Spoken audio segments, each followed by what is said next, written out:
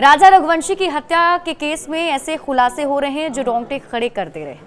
अब तक आप इस बात को सोचकर ही हैरान होंगे कि कोई पत्नी कैसे शादी के कुछ ही दिन बाद अपने पति की हत्या करवा सकती है। तो इसी बीच जब आप इस कहानी के और नए खुलासे के बारे में जानेंगे तो आपका दिल और बैठ जाएगा। क्या आप जानते हैं कि जब किलर राजा को मारने से इनकार कर रहे थे तो सोनम गुस्सा हो गई थी और सुपारी किलर से उसने कहा कि 20 लाख रुपए दूंगी, तुम्हें मारना ही पड़ेगा। ये बात बिल्कुल सच है। दरअसल सोनम और सुपारी किलर राजा को मारने के लिए पहाड़ी पर चढ़ रहे थे। सोनम ने कहा वो थक गई है इसलिए वो धीरे चल रही थी। राजा आगे बढ़ रहा था। किलर भी पहाड़ी चढ़कर थक गए थे। उन्होंने कहा कि वो थक गए हैं, वो शूट नहीं करेंगे, तो सोनम चिल्लाने लगी और कहा इसे मारो, जल्दी मारो। सोनम रघुवंशी समेत 4 अन्य आरोपी अब तक पुलिस की रिमांड पर हैं।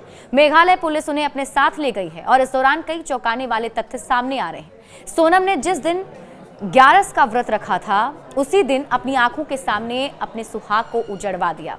प्लानिंग के हिसाब से झरने के पास राजा रघुवंशी की हत्या करनी थी और इस दौरान सुपारी किलर सीढ़ियां चढ़कर थक गए थे तो हत्या से मुकर रहे थे। फिर सोनम उन पर चिल्लाई कि इसे मारना तो पड़ेगा, मैं 20 लाख रुपए दूंगी।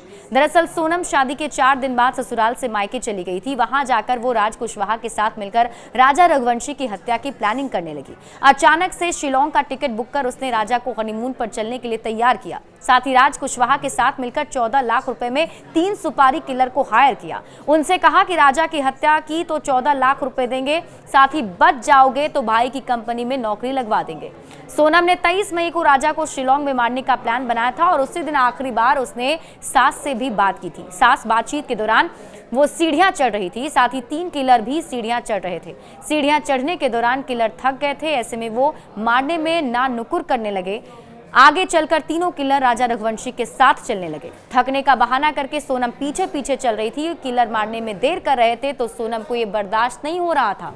इसके बाद वो पीछे से चिल्लाई कि अब इसे मार दो। इस पर आरोपियों ने कहा कि हम पहाड़ी चढ़ने में थक गए। सोनम उन पर तेज गुस्सा हो गई। राजा रघुवंशी की हत्या के लिए सोनम ने किलर से 14 लाख रुपए में डील की थी।